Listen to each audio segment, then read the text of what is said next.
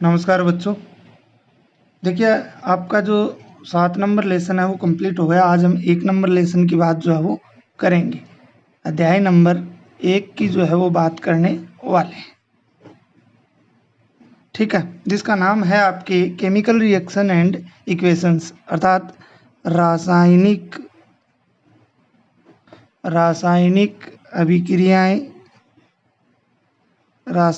अभिक्रियाएं एवं समीकरण। रासायनिक अभिक्रियाएं एवं समीकरण, यह हमारे चैप्टर का नाम है। तो अध्याय नंबर 1, इसकी शुरुआत हम करेंगे आज इस वीडियो के अंदर। देखिए प्यारे बच्चों, आप लोग रासायनिक अभिक्रियाएं और समीकरण शब्द से परिचित हो, क्योंकि कक्षा 7, 8, 9, 10 तक आप लोग इसको पढ़ते हो। आगे 11, 12 के अंदर अगर आप लोग साइंस सब्जेक्ट चुनते हो तो उनके अंदर फिर से इनको पढ़ते हो। रासायनिक अभिक्रियाएं क्या होती हैं और समीकरण जो हैं वो क्या होती हैं, इन सब की हम लोग बात करेंगे इस वीडियो के अंदर। और आज का जो मुख्य टॉपिक रहेगा वो रहेगा रासायनिक समीकरण। क्या रहेगा? रासायनिक समीकरण। देखिए, मुख्य जो शब्द है वो यही है, रासायनिक समीकरण। कि रासायनिक समीकरण जो है वो क्या होती है। उससे पहले सभी बच्चे, कल होने वाला टेस्ट जो है आपका 7वें चैप्टर का टेस्ट होगा, नियंत्रण और समन्वय, जिसका टेस्ट आप लोगों को देना है और सभी बच्चों को टेस्ट जो है वो देना है, ठीक है। रासायनिक समीकरण की बात करते हैं कि रासायनिक समीकरण क्या होती है। तो किसी रासायनिक अभिक्रिया को अभिकारकों एवं उत्पादों के प्रतीकों एवं रासायनिक सूत्रों का प्रयोग करके प्रदर्शित करना ही क्या कहलाता है? रासायनिक समीकरण कहलाता है। प्यारे बच्चों, देखिए, रासायनिक अभिक्रिया की बात करें तो हम सीधे शब्दों में जैसे बोल दिया हमने कि मैग्नीशियम को वायु की उपस्थिति में जलाने पर मैग्नीशियम ऑक्साइड प्राप्त होगा। सीधा हमने क्या बोल दिया कि मैग्नीशियम को वायु की उपस्थिति में या ऑक्सीजन की उपस्थिति में जलाने पर क्या प्राप्त होता है? मैग्नीशियम ऑक्साइड प्राप्त होता है। क्या प्राप्त होता है? मैग्नीशियम ऑक्साइड प्राप्त होता है। तो ये तो एक रासायनिक अभिक्रिया हो गई। क्या हो गई? रासायनिक अभिक्रिया, जिसमें मैग्नीशियम जो है वायु या ऑक्सीजन की उपस्थिति में क्या बना रहा है? मैग्नीशियम ऑक्साइड बना रहा है, ठीक है। तो अब हम रासायनिक समीकरण की परिभाषा को समझते हैं। परिभाषा किस प्रकार से कि किसी रासायनिक अभिक्रिया में तत्वों, जैसे ये मैग्नीशियम एक क्या है? तत्व है, ठीक है, इसे Mg से प्रदर्शित करते हैं।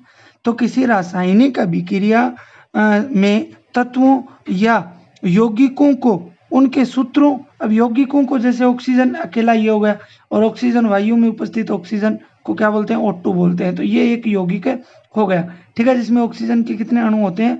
2 अणु होते हैं। तो तत्वों या यौगिकों को उनके सूत्रों, ये इनके क्या है? सूत्र या संकेत बोल सकते हो। आप लोग पढ़ के आए हो कक्षा 9 के अंदर, इनको क्या बोला जाता है?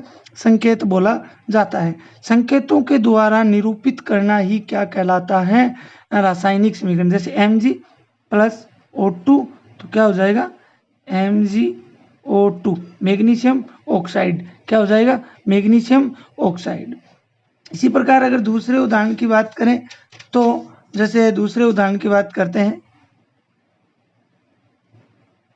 जैसे जिंक ऑक्साइड जो है, कौन? जिंक ऑक्साइड, ये सल्फ्यूरिक अम्ल के साथ क्रिया करके, किसके साथ? सल्फ्यूरिक अम्ल के साथ क्रिया करके, और क्या बनाता है? जिंक सल्फेट और जल का निर्माण करता है। किसका निर्माण करता है? जल का निर्माण जो है वो करता है। तो देखिए किस प्रकार से करता है। जिंक ऑक्साइड का अगर बात करें प्रतीक तो ZnO होता है। सल्फ्यूरिक अम्ल की बात करें तो होता है H2SO4। क्या होता है? H2SO4। जिंक सल्फेट का हो जाएगा ZnSO4 और लास्ट में बचेगा H2O। तो ये तो एक रासायनिक अभिक्रिया है। ये क्या है? रासायनिक अभिक्रिया है। और ये क्या होती है? रासायनिक समीकरण। तो रासायनिक अभिक्रिया में उपस्थित तत्वों या यौगिकों को उनके सूत्रों और संकेतों में निरूपित या प्रदर्शित करना ही क्या कहलाता है? रासायनिक समीकरण कहलाता है। प्यारे बच्चों, ये आपको आशा करता हूँ बिल्कुल अच्छी तरह से ये बात समझ में आ गई होगी। अब बात करते हैं हम लोग आगे, ठीक है। देखिए आगे बात करते हैं, आगे देखिए रासायनिक समीकरण लिखने की विधि, कि रासायनिक समीकरण लिखी किस प्रकार से जाती है। रासायनिक समीकरण लिखने की विधि, रासायनिक समीकरण लिखने की विधि। प्यारे बच्चों, रासायनिक समीकरण लिखने की विधि की अगर बात करें कि रासायनिक समीकरण को किस प्रकार से लिखा जाता है, तो प्यारे बच्चों इसके 5-6 नियम हैं, वो आपको हमेशा ध्यान में रखने हैं। जब भी रासायनिक समीकरण लिखनी हो तो इन बातों को आपको अवश्य ध्यान में रखना पड़ेगा। कौन कौन सी बातें हैं, एक एक बात को हम लोग समझते हैं 1 नंबर पे। सबसे पहले तो देखिए, जो अभिक्रिया होती है ये रासायनिक अभिक्रिया है। रासायनिक अभिक्रिया में जो पदार्थ आपस में क्रिया करते हैं, जो पदार्थ क्या करते हैं, आपस में क्रिया करते हैं, उन पदार्थों को अभिकारक कहा जाता है। अभिकारक किसे कहेंगे? जो पदार्थ आपस में क्रिया करते हैं, आपस में क्या करते हैं? क्रिया करते हैं, उन्हें क्या बोला जाएगा? अभिकारक बोला जाएगा। और जो पदार्थ अभिकारकों के फलस्वरूप बनते हैं उन्हें क्या बोला जाता है? उत्पाद बोला जाता है। अभिकारक को क्रियाकारक भी बोल सकते हो, तो उत्पाद क्या होंगे? अभिकारकों के फलस्वरूप बने पदार्थों को क्या बोला जाता है? उत्पाद बोला जाता है। जैसे A+B 2 पदार्थ हैं, ये आपस में क्रिया करके AB बना रहे हैं, तो इनमें ये A+B क्या होंगे? अभिकारक होंगे। A+B क्या होंगे? अभिकारक, और बनने वाला AB क्या होगा? उत्पाद होगा। बनने वाला AB क्या होगा? उत्पाद। जैसे ZNO+H2SO4 इस अभिक्रिया में क्या है? इस अभिक्रिया में क्या है? क्या है? इस अभिक्रिया में अभिकारक हैं, और ये ZnSO4+H2O क्या है? उत्पाद हैं। तो जो पदार्थ आपस में क्रिया करते हैं अभिकारक या क्रियाकारक कहलाते हैं, और अभिकारकों के फलस्वरूप जो पदार्थ बनते हैं उन्हें उत्पाद कहते हैं। रासायनिक अभिक्रिया में हमेशा ही अभिकारकों के संकेतों और उनके सूत्रों को हमेशा ही बाईं ओर लिखा जाता है। किस ओर? लेफ्ट साइड लिखा जाता है। अभिकारकों को हमेशा किस साइड लिखा जाता है? Left side. जैसे ये है, तो ये हमारा कौन सा हाथ है? ये बायां हाथ है, तो ये इस तरफ बाईं ओर लिखे जाएंगे। ये इधर वाला कौन सा भाग है? बायां भाग है, तो ये हमेशा बाईं ओर। और उत्पाद जो है उनको हमेशा किस ओर लिखा जाता है? दाईं ओर लिखा जाता है। उनको हमेशा किस ओर लिखा जाता है? दाईं ओर लिखा जाता है। और अगर बात करें तो अभिकारकों की बात करें तो अभिकारक अगर दो या दो से अधिक है तो उनके बीच में प्लस का चिन्ह लगाते हैं। जैसे अभिकारक यहाँ पे 2 है, ए 3 हो तो 3 बीच में क्या लगा देंगे? प्लस का चिन्ह लगा देंगे। ये क्या है? अभिकारक है। ठीक है, ये अभिकारक है, इनको हमेशा ही बाईं ओर लिखा जाता है। ठीक है, अब बात करते हैं 2 नंबर की।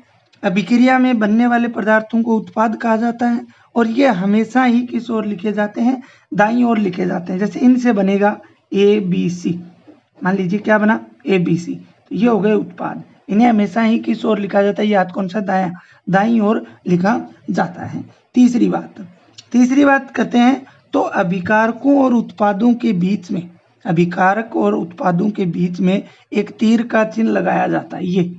ये चिन्ह जो है वो लगाया जाता है किसके बीच में? अभिकारक और उत्पादों के बीच में। जैसे ही अभिकारक, जितने अभिकारक हैं उनको लिखने के बाद में बीच में क्या लगाया जाता है? तीर का चिन्ह लगाया जाता है। और इस तीर के चिन्ह की अगर बात करें तो ये इस रासायनिक अभिक्रिया में तीर का जो सिरा है, ये हमेशा ही उत्पाद की तरफ रहेगा। ऐसा नहीं कर सकते हमने A+B+C और ये कर दिया ABC, तो यहाँ पे ये क्रियाकारक होगा और ये उत्पाद होंगे।